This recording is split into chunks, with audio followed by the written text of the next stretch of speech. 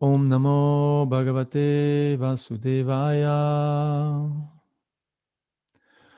Om Namo Bhagavate Vasudevaya.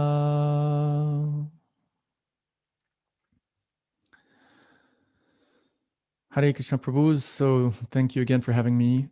Today we're reading from the Bhagavatam, chapter 9 of Canto 9, verse 32.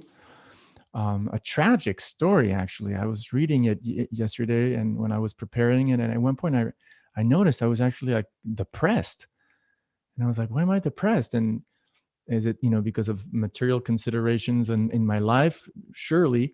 But then I thought, wow, I'm actually kind of depressed also from hearing this story. It's a the story of it's a tragic story, and I think the theme of today's verse, and the theme of the story is that, and this is it, like dependence on God, dependence on Krishna is our only refuge in times of tragedy. Dependence on Krishna is our only refuge in times of tragedy. When I look at my life and think, okay, what was the most traumatic experience in my whole life? What was the greatest tragedy in my whole life? I conclude that it was the loss of my mom. The death of my mother was for me like the most sudden, unexpected, and painful experience in my life. Um, I was traveling with Bhakti Swami. I was in Calcutta at the house of one of his early disciples. And then Maharaj says, your mom wants to talk to you. She had called him. And so I get on the phone and she tells me I only have a few months left to live. I have cancer. And it was just like, I remember like when I hung up, I was crying. I was wailing actually. And then, long story short, for various reasons, I mean, she didn't want me to. She wanted me to continue traveling with Maharaj. So if a few months later, I got the news that she was, in really a critical condition. I flew right away to Switzerland, actually, where she was passing away. I got there 2 hours late, and I remember like being in the hospital and asking the nurse, where's my mother? And then they didn't want to tell me that she had just passed away. And then finally the doctor came and told me. So that whole experience was just like so traumatic. Um, and I think we can all relate to, I mean, unless, some of us are like extremely pious and, have, have had just smooth sailing all along from birth to now in this life. Great, all piety to you. But for most of us, and, the Bhagavatam does say, like basically describes all of us in the same basket, Pranyalpaya Sabya Kalavasminyugejana Manda Sumanda Mantayo Manda Bhagya Yupadritaha. So all of us are basically in the same basket, good or bad, pluses or minuses that we may have in terms of our pious and impious activities. But overall, I think we can all identify with this idea of tragedy, of unexpected tragedy that happens to us. So what do we do? What do we do in the face of tragedy? What do we do in the face of unexpected traumatic setbacks? Well, we have no other choice, no other better remedy than to try our best to take shelter of Krishna, to depend on him. Why do I talk about tragedy? Because here we have this extremely tragic story. I mean, if you will, let's summarize it. Let's go back and look at this story. And what's interesting is that this story is told in the context of a greater chapter, right? Where many things are being described, descendants, a whole, genealogy. And it's almost like in passing, it's not almost, it really is. In passing, the narrator just happens to tell the story in like maybe 5 or 6 verses. But and then he goes on to the next topic. But if you stop and just like whoa, what, and you kind of unpack the story and you try to put yourself in the shoes of especially that brahmani who's suffering this just inconceivable sudden loss, you realize, oh my God, what a tragic story. So you have, the text tells us that you have this king, right, who killed the Rakshasa and his brother, the Rakshasa's brother, although he was excused by the king, wanted to take revenge, right? And so he somehow infiltrated the king's kitchen, disguised as a human cook. And then when the king had Vashishta Muni come over to his palace, this Rakshasa cooked human meat, right? And had it served to Vashishta. And Vashishta, the text describes a few verses earlier here, when he sees that, he notices that, well, wait a second, this is human flesh. So he gets all angry and he curses who? He curses the poor king who has no idea that this happened. He curses him, you will not have sons, and he curses him. Now, the king, it's described, wants to take revenge. So another theme that we'll just touch upon quickly in this class is the issue of, like, do you take revenge or not? Like, the issue of revenge comes up. So he's like angry because he's been, unfairly cursed by Vashishta. And interestingly, his wife, Damayanti, uh, gives him wise counsel and says, no, you know what? Just don't take revenge, because he was about to invoke some sort of other mantra. It's described a few verses earlier to take revenge against Vashishta, and his wife says, just tolerate, right? It reminds us of a purport in the 13th chapter of the Bhagavad Gita, wherein Prabhupada says, quoting the famous verse Tatenu Kampam Susamikshamana, which I'll quote a little bit later on. Prabhupada mentions, if someone is acting as our enemy, it is better to tolerate than to protest. And so many times I've tried to take shelter of that sentence in my life. So he says, okay, so he doesn't, counter curse Vashishta. And as the curse of Vashishta would play out by the will of Providence, one day the king is in the forest and he basically shapeshifts into a Rakshasa himself. So he just sort of becomes a Rakshasa, a man-eating monster, and he comes across this couple. So there's this human couple, Brahmins, and so you can imagine they're a young couple. This is pre-industrial, pre-internet, it's just madness of modern society. So they're probably, a very happy young couple who are together in a loving relationship. They're both very innocent. They're both probably each other's first love. So they're madly in love with each other, and yet they're Brahmins. They're pure Brahmanas, as we'll hear the Brahmanis say, and they're, graphically they're making love. They're in the midst of a conjugal union. They're naked. They're having a conjugal union, which we can imagine is full of passion and love and affection, and with a desire to beget a beautiful soul. They're probably praying to Krishna or to Vishnu that the Lord grants them a beautiful soul to enter into their union. And in the midst of all that, in the middle of that, just before climax, as the Bhagavatam describes, this hideous, horrible monster shows up and grabs the husband. And you put yourself in the shoes of this Brahmani. She's like, being embraced or embracing her young husband. And then all of a sudden, this monster rips him away from her in the act. And he's like holding him, probably, with claws in his body. And the young man is screaming. Probably there's blood already. And so she's just like, imagine a date gone wrong, I mean, it doesn't get worse than this in terms of tragic, all of a sudden, traumatic experiences. And so in the few verses here, she's appealing, to this monster, and because probably it's not described, but because she's a Brahmani, therefore she has, a certain Shakti. She definitely has Shakti because she manages to curse the guy. She can see that this is not really a monster. It's not really a Rakshasa. He's a Kshatriya. He's a Kshatriya. And so she tries to appeal to his good, to his sense, like, don't do this. My husband is a pure Brahmana. You're supposed to protect the Brahmanas.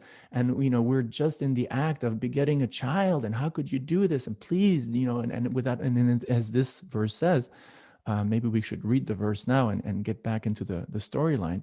Without my husband, I can't survive. So she gives him all these arguments. Please don't kill my husband. And so after we read this verse and purport, we'll go back to the scenario, to the tragic scenario. So I'll read one line, you read another line. I'll read one line, you please repeat, and we'll do it like that. Yadyayam kriyate bhakshyas. I assume everybody's repeating. Is that how we should do it? Yeah? You can just read it by yourself. Okay, so I'll just read the Sanskrit and the translation. So Yadyayam kriyate bhakshyas tarhimam kada purvataha na jivishye vinayena kshanam cha martakam yata. So she's like, she's naked. She's just had her husband ripped away, literally, physically from her. And she's telling this Rakshasa, without my husband, I cannot live for a moment. If you want to eat my husband, it would be better to eat me first. For without my husband, I am as good as a dead body. This sort of, makes you think of the Mahabharata Leela, where, there's this family that's been cursed that, once a month, one member of the family has to be sacrificed, and they're all like saying, no, you go first, no, you go first, no, come on, you have more responsibility than I do, so I go first. Sorry, yeah, I go first. I should die first. We have a similar story also in the Mahabharata with Madri and Kunti, and they're like literally arguing about who should accompany their husband in the funeral pyre. Sort of inconceivable expressions of nobility. So here we'll read the purport of Srila Prabhupada, which we'll touch upon briefly. But I'm not married, and I've never been married, and so the issue of polygamy and this sort of stuff is something that I'll just touch upon because I don't feel very qualified to speak on it. So I'll stick to the actual verse, the actual storyline, and this is a Bhagavatam class after all. So to speak on the actual verse is, I believe, legit. But we should read Srila Prabhupada's purport. So Prabhupada says, in the Vedic culture, there is a system known as sati or sahamarana, in which a woman dies with her husband. According to the system, if the husband dies, the wife will voluntarily die. And this is an important point, voluntarily, because as we know, as I may make a small parenthesis from historical records, I think even Prabhupada mentions it, this voluntary custom was demoniacally, if that's an adjective, turned into a compulsory ritual, where not too long ago, just even as far back as a few centuries back, women were being forced to like pushed into the to the funeral pyre of their husband unwillingly. And interestingly, it was the British, with all their their horrible things that they inflicted on India with colonialism and the cutting of fingers. I mean, the list goes on of the horrors of the British invasion. It is noteworthy, to mention that it was actually the British who stopped, who made this, forceful, involuntary, basically murder of women into a crime and stopped it. So this sati is, Prabhupada says, if the husband dies, the wife will voluntarily die by falling in the blazing funeral pyre of her husband. Here in this verse, the feeling inherent in this culture are expressed by the wife of the Brahmana. And that's why I'm talking about dependence, because ultimately the feeling that's being expressed here is a feeling of dependence. This Brahmani is dependent on her husband, and we are all ultimately dependent on God, or should feel dependent on God. A woman without a husband is like a dead body. Therefore, according to Vedic culture, a girl must be married. This is the responsibility of her father. A girl may be given in charity, and a husband may have more than one wife, but a girl must be married. This is Vedic culture. A woman is supposed to be always dependent. In her childhood, she is dependent on her father, in youth on her husband, and in old age on her elderly sons. According to Manu Samhita, she is never independent. Independence for a woman means miserable life. In this age, so many girls are unmarried and falsely imagining themselves free, but their life is miserable. Here is an instance in which a woman felt that without her husband, she was nothing, but a dead body. Srila Prabhupada Ki Jai. So we'll touch upon the purport a little bit later, but let's go back, if you will, to the scenario here. So she just told her husband, she just told this Rakshasa, this king turned Rakshasa, please, please spare my husband. You shouldn't do it. I can't live without my husband. He's a kshatriya.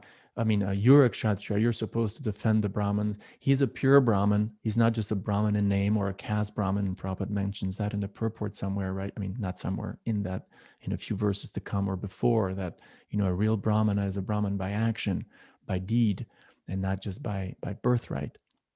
And so she qualifies that, he's actually a real Brahmin in the real, Shastric sense of the term. So for all these reasons, you should spare my husband, please. And what happens? The Bhagavatam says that monster doesn't give a fig about what she says. Nothing. It's just like it goes in one ear and out the other. Probably doesn't even hear her. And he just eats her husband. He kills him and eats him in front of her. And again, just imagine the trauma. She's naked. She just had sexual union with her husband to beget a child. She loves this man. She loves him so much that she wants to go with him in his next destination on the funeral pyre. She says, I'd rather die than him. And then this Rakshasa kills him and eats him in front of her. And then she defends her husband. It's not just she takes revenge, but it's revenge on behalf of her husband first and foremost. And there's a small distinction here, which is important to make: the distinction between when someone is hurting us individually and when someone is hurting uh, another Vaishnava or one's husband or one's wife or one's dependent or one's children, or then when there's an extra sense of duty that kicks in. So here I would say there's a mixture of two elements in her reaction. She's obviously traumatized and ultra angry, and who wouldn't? She's vengeful to the core, to the bone, because of what this monster has just done. He's just basically ruined her life in a real sense, broken her heart to the point of never being able to repair it. But he also killed a Brahmin who did not deserve to be killed, a Vaishnava. And so that's why she curses him. She curses him. Says, you will never be able to have children, and I will take pleasure. I will see how you will die when you unite with your wife, right? And 12 years later, when the curse of Vashishta wanes or stops after 12 years, it's no longer effective. The narrator tells us that this king wanted to unite with Damayanti, to have sex with her, and she reminded him, no, don't, you're going to die if you do this. You're going to die. And so he doesn't force himself on her as the husband of I think it's Pandu, right, as the husband of Madri does in the Mahabharata. She tries to stop him because he had a similar type of situation where if he was going to unite with his wife, he was going to die too. And in that unfortunate context, his passion was so strong that Madri, in spite of trying to stop him, was unable to, and he passed away. Here, the text tells us that he didn't go through with having sex with his wife, and then he just lived the rest of his life sonless. It's described, without a son. And then the narrator, as if nothing, almost just goes on to the next story. But coming back to here, wow, what a traumatic story, right? Look, ultimately, I don't want to paint a dark picture of this world, but Krishna, let's quote famous classic verses from our scriptures to put things in context. Krishna tells us that this world is dukkhalayam shashvatam. It's temporary and full of suffering, full of misery, right? From the highest planet to the lowest, all places in this material world are places of misery. In the 10th canto, there's a verse that's perhaps even more apropos for this story, this famous statement, which comes in the fourth line of the verse, padam padam yad vipadam natesham, which means that that this world is a place where there's danger at every step, where there's danger at every step. And literally we see it here. Imagine you start, okay, well, this is our Garbhadan Samskar. We're going to beget a child. We're going to, have this beautiful romantic union, and it's going to be wonderful. And we're going to have this child as a result. We're going to beget a son or a daughter, or whatever, a nice soul. And then, next step, the whole dream turns into a nightmare, right? So what do we do? What does a soul do in when tragedies hits? Well, the soul is supposed to take shelter of God. And therefore Krishna tells us in the Gita, having come to this sad temporary world, offer your love to me. When I used to live in Los Angeles, Amalabhakta Prabhu, who's now Amalabhakta Swami, who, if you are from the older days, his books on tapes were quite famous. His audiobooks, and I still am a big fan of his audiobooks. And so he would give lectures, and he would always very often quote these two verses from the 18th chapter of the Bhagavad Gita, which deal with dependence on the Lord. Krishna says, this is Prabhupada's translation, in all activities, just depend upon me and work always under my protection. In such devotional service, be fully conscious of me. And then if you become conscious of me, you will pass over all the obstacles of conditioned life by my grace. See, by my grace is important. If, however, you do not work in such consciousness, but act through false ego, not hearing me, you will be lost. So here, God is telling everybody that you have to depend on me. Depend on me. And of course, when things get really harsh and difficult in our life, that's all the more a reason, a motivation for a soul to take extra shelter of the Lord. As a matter of fact, interestingly enough, Rupa Goswami, in his Nectar of Instruction, how does he describe the gopis? He describes them as the greatest servants of Krishna, right? They're the most exalted of all Krishna's servants. And interestingly enough, what is the reason he gives? What does Rupa Goswami say is the reason why the gopis are considered to be the most exalted souls in existence? Well, in that Nectar of Instruction, Rupa Goswami tells us that they're the most exalted because they are always dependent. They're always dependent on Krishna. They're always dependent on Krishna, and therefore they're the most exalted, right? In the second chapter of the Gita, at the very beginning of Krishna's instruction, he tells Arjuna that, in happiness or distress, in pain or in happiness, um, in heat or cold, a soul remains steady and fixed, right? So that state of being fixed in Krishna consciousness is synonymous to being dependent on Krishna. And whether the boat or the waves of material existence pushes a soul under the water or up or down, and the Ferris wheel of karma, Brahmando Brahmite, as Chaitanya Charitamrita states, if a soul is able to somehow grab on to those lotus feet of Krishna, then the soul can remain steady in his devotion to Krishna and experience Krishna's grace, and be able to sail over the turbulent sea of material existence a little bit, or a lot easier. I mean, to the point where the Bhagavatam describes that this insurmountable ocean of material existence becomes reduced to the size of the water contained in a hoof print, right? In a hoof print.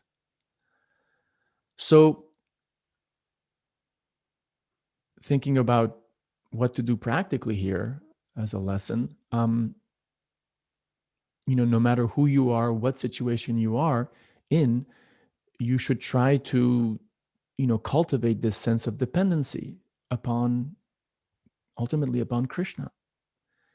And just like, the wife here, the Brahmani says, without my husband, I cannot live for a moment. You should think, without Krishna's mercy, without your mercy, my Lord, I can't live for a moment, right? And if and when, or when and if, tragedy hits, you have to take shelter. You have to take shelter of Krishna even more, right? There's a famous verse that you can really take shelter of, which is a verse that Prabhupada describes as the verse that should be the motto of all devotees. In the Nectar of Devotion, Prabhupada quotes this verse from the 10th canto, and he mentioned that this verse should be the I don't know if he uses the word motto, but he says this should be sort of like the standard, mindset of all devotees.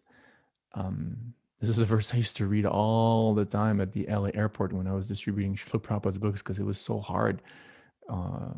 Nothing compared to what just happened to this poor Brahmani, but it was so hard to approach people and get rejected, hour after hour after hour after hour.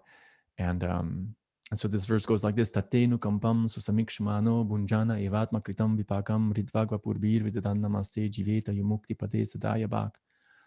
So you can, pray to Krishna when tragedy hits, or when things happen, reverses come.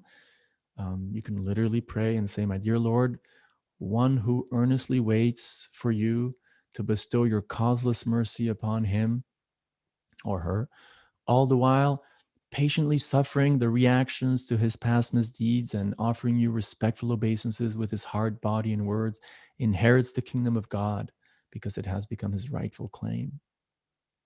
All right. Now, this doesn't mean that you should continue, for example, putting yourself in a toxic relationship, for example, or, continue receiving, abuse or exploitation when you can do something about it. Doesn't mean that you put your head into the mouth of a lion. But there is this sense that, okay, whatever tragedy is happening to me, according to the Bhagavatam, I must have inflicted that suffering to someone else in a past life, and I'm just, I'm getting its payback time with a lot of mercy from Krishna. So the the the the pain that I'm getting is actually less than what I should be getting, right? And so therefore the theme of not being angry with the instrument of your karma kicks in. Right? This is a famous statement by Prabhupada: don't be angry with the instrument of your karma. And therefore, perhaps we could say with confidence that it's precisely based on this realization that Damayanti, the wife of the king, tells the king in the first place, listen, just don't take revenge. Don't take revenge. You find this actually in the Count of Monte Cristo by Alexandre Dumas also. I'm kind of excited about it because even though I grew up in France, my father's French, my mother tongue is French, blah, blah, blah, I never read the Comte of Monte Cristo by Alexandre Dumas. And I just watched the movie a couple of days ago, and wow, just like Les Miserables, there's some beautiful lessons of righteousness and acting in devotion to God and in the mode of goodness and in a righteous way. And so at one point, this hero, he's been again accused of a crime that he didn't commit. He was set up, and he's suffering in a jail, in a dungeon for 13 years, and he meets this old other prisoner there who actually gives him the key to get his treasure and get educated and escape. And at one point, while they're talking, this other prisoner, who's actually a priest, starts speaking to him about God, and the hero says, I don't believe in God anymore, and I just want to take revenge. That's all I want to do. And this priest tells him, do not inflict upon others the same punishment that you are that you're experiencing right now. Interesting. But again, in the case of this Brahmani, it's not just her.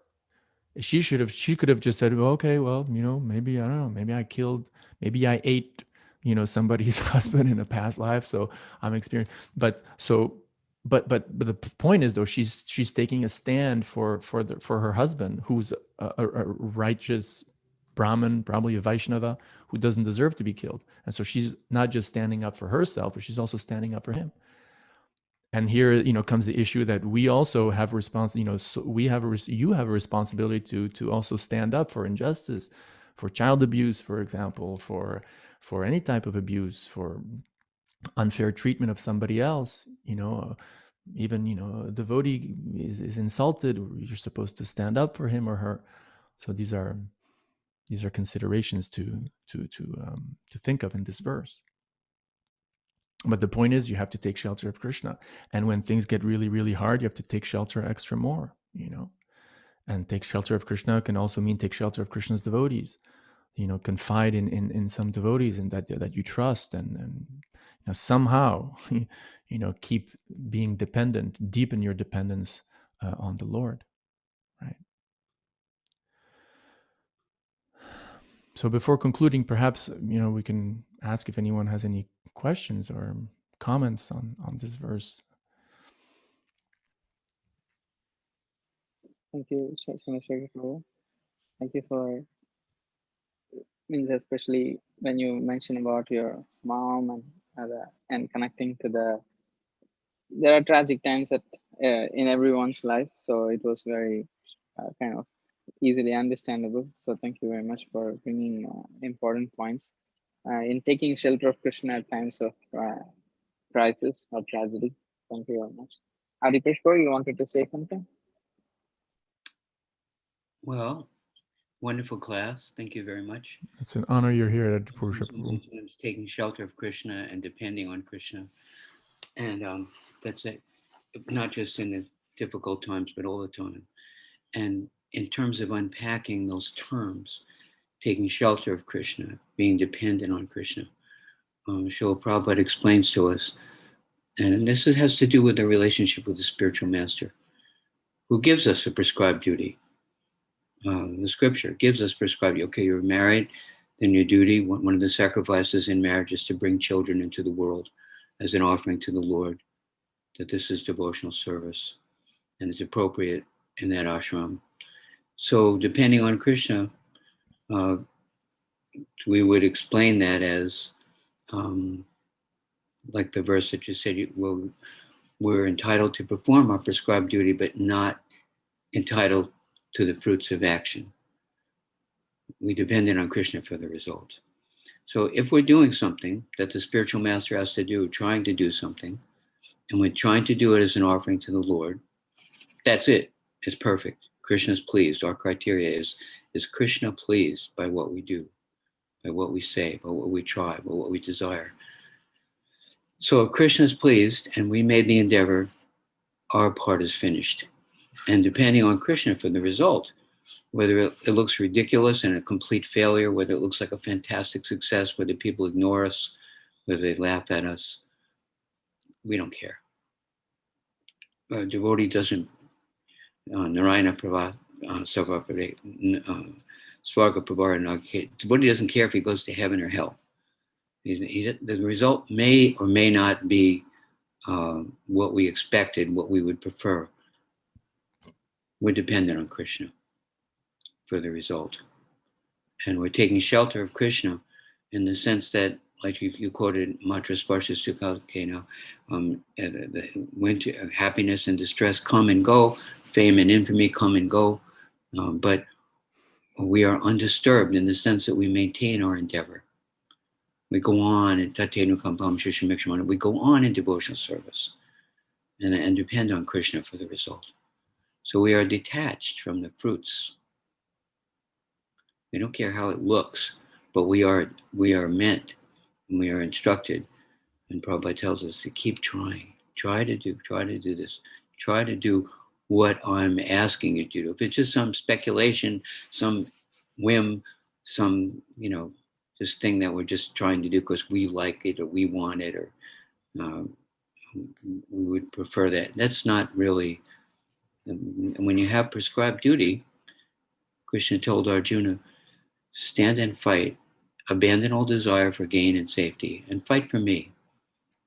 Make the endeavor as an offering to me. And then we're successful. There's no possibility of failure. If we try our humble best, Krishna is pleased. I hope that's clarifying and not contradicting anything you said. Your class was perfect. But depending on Krishna, taking shelter of Krishna, but depending on Krishna for the results. Adipurusha Prabhu, a few weeks ago, when I came to New York, on the phone, actually, he told me this. I called him because I rented a room in his place, and I had just gotten an accident on my foot. I had a serious, heavy skin infection. And I don't know if you remember, Adi Prabhu, but you said, well, yeah, when you just have to take shelter, like depend on Krishna and just say, okay, my Lord, like I don't understand, but now this is a new circumstance. And so what do you want me to do? Well, how am I supposed to serve you now given this new circumstance? And that really touched home. We thank Krishna for whatever happens. He knows what he's doing. And then we say, how can I serve you under this circumstance? Very good. That's an important point. Without him to serve you, what's the use of tolerating it? No, we do it. We thank Krishna. Okay, Krishna, I did that the way I wanted it to happen, but you know what you're doing.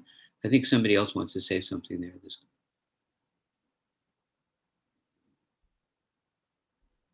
Well, glories to Srila Prabhupada. So if there's anyone else, otherwise we'll just wrap it up. Bhuta Bhavana? Bhuta Bhavana, Prabhu. Older devotee, he was telling me that he asked Srila Prabhupada, Prabhupada, do we have to specifically ask for pure devotional service?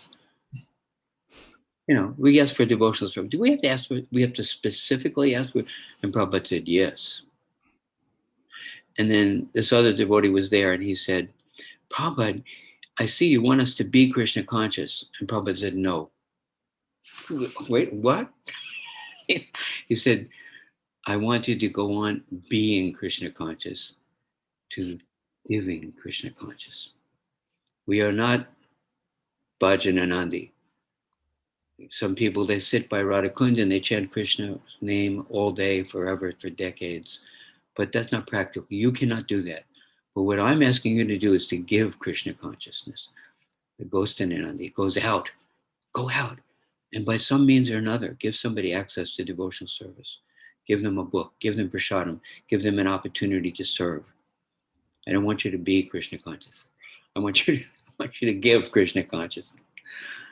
It's so interesting how the spiritual master, he gets in your life and in like a needle, out like a plow. Once you start to serve, then he's expanding what he expects of you. I want you to double your service every year. Why did he say that? I want you to double your service. Anyway, Krishna knows how the spiritual master works in our life, and it's startling and wonderful. How wonderful is Srila Prabhupada? Jai. Anyone else would like to add something? Hare Krishna, Chandrasekhar Prabhu. Oh, sorry. Hare Krishna. Oh, am I able to go? Gautam Prabhu? Okay, great. Thank you so much for being on the channel today. It was nice meeting you as well at Bhakti Center before Rath Yatra. I guess I thought your session had such wonderful lessons and takeaways, and it's from the viewpoint of a devotee, a Vaishnava. But as I think about stories that are given in Srimad Bhagavatam, there's so many stories. So why did Shukadeva Goswami decide to speak each of these specific stories? What are the lessons and takeaways? And you summarized it quite nicely. And then I haven't read ahead, but you had said, well, this king, he just decides not to procreate with his wife and then lives the rest of his life just sonless. If you take the story itself, though, I can't quite understand what the takeaways are. So you have this great sage who actually curses an innocent disciple without actually taking pause, and it seems out of character. Then you have this king who results to his lower nature and decides to eat this man. And then you're saying we should always pray to Krishna and take shelter in Krishna during challenges, but this Brahmana wife doesn't. She tries to tend to the practical intellectual side. You're not this rikshaksha. You're a king. I want to have a son. So it's more of the intellectual side. She doesn't, from my understanding, turn to Krishna. And then your takeaway is you shouldn't take revenge, but she takes revenge. So it seems that we can draw, say, just from our own perspective of devotees, but say what we can do in certain circumstances. But the story itself, I can't quite pinpoint the takeaways. And if I understand you read the purport, which is every woman needs to get married and must take shelter in a man. But throughout Vedic literature, we get that kind of takeaway as well. So I'm just struggling to understand why this specific story was included and what the takeaways are, since it seems a little more, I would say, negative than positive. But each story seems to be around, say, bhakti or devotion or specific reason, but I can't understand why the story was included. If anyone has any thoughts, or thank you so much. I'll be honest. I also, kind of scratch my head on this story. There's themes that come out, sort of destiny. You can't avoid your destiny. Vaishnava aparad, revenge, forgiveness, and they're kind of all there. But it's not like there's a one clear takeaway, I would say. I mean, the way I see it is just there's a few elements of, important themes to consider. And maybe, this is my speculation, we were not supposed, but, maybe it's kind of like real in some, sometimes in real life, it's not so clear cut with a beautiful sort of Hollywood, very clear, takeaway lesson to take home. Maybe just the very fact that this is the material world and it is a dualistic place of confusion and where things are not always so clear cut. So maybe that's just a reflection of the story is a reflection of reality in material existence. But maybe someone else has every single incongruity perfectly. We invite you to come and give class here at the kitchen one of these mornings, Mataji. You hit on all the questions. Now we see Srila Prabhupada, he would see a donkey carrying laundry, and he would give Vedic purport. The donkey is carrying all this heavy load just to get a handful of grass when it's growing everywhere, So the Prabhupada would be able to milk out a principle. And you're right. If you just listen to the stories, they're messy. They're not textbook cases. There's all kinds of like strange things. But then when Guru speaks and said, do your service, obey your spiritual master, endeavor without any attachment to results. There's a takeaway, and that's perfect. That's our life. Without Guru, without prescribed duty, then nothing makes any sense. Nothing. The whole material world is just a scrambled mess of like weird people doing weird things all day long. I don't want to even give you the examples of the last things that happened to us in the last 24 hours, but we know. My spiritual master said, chant the holy name and give people opportunity to engage in service, give them book, give them prasadam, and repeat what I told you. Bas. It's how to live a simple life in a complicated world. Without Guru, without prescribed duty, you're floating in, a morass, a big labyrinth with, everything just confusing. Does that answer your question? Thank you. Thank you so much, Adi Purusha Prabhu. And I think I see the heart of the gurus and the Vaishnavas always trying to find takeaways in this messy world. And I think, as Chandrasekhar Prabhu said, and I forgot to mention it in the beginning, that this is just another story of the suffering of this material world. But thank you. I think I need to sit with it. It's interesting because I guess my standpoint is Parikshit Maharaj has 7 days to live, and Sukadev Goswami has to be very intentional in the stories that he gives. And almost all the stories also in Bhagavan tell us about suffering, and we're saying, don't take shelter in this material world. So I just found this story interesting for him to have included when perhaps there was no direct you're right, major takeaway that we can get. But of course, as guru, as devotees, we can always from ourselves and draw conclusions. But the story itself is unclear of why Shukadeva Goswami decided to include it, given that there's no maybe major principle or something that was provided when most stories have some sort of major takeaway. But yes, we can absolutely see that this is another reason of that this material world is full of dualities and a lot of suffering. So thank you so much, and thank you for your invitation, Adi Prabhu. I'm very unqualified, but as I get trained more, thank you so much. Oh, unqualified. Sorry, if you had invited me to speak at your lovely. I know Angelica does as well, and she told me about it. I personally feel very unqualified, but thank you so much. It's very encouraging. Hare Krishna. Let Right. Rupa Chandra Prabhu speak. He has his hand raised. Hare Krishna Prabhu, Chandrasekhar Prabhu, I just want to thank you for for a really nice class with difficult purport and in verse and story, like how Athena pointed out. One thing is I like how you mentioned about the sati.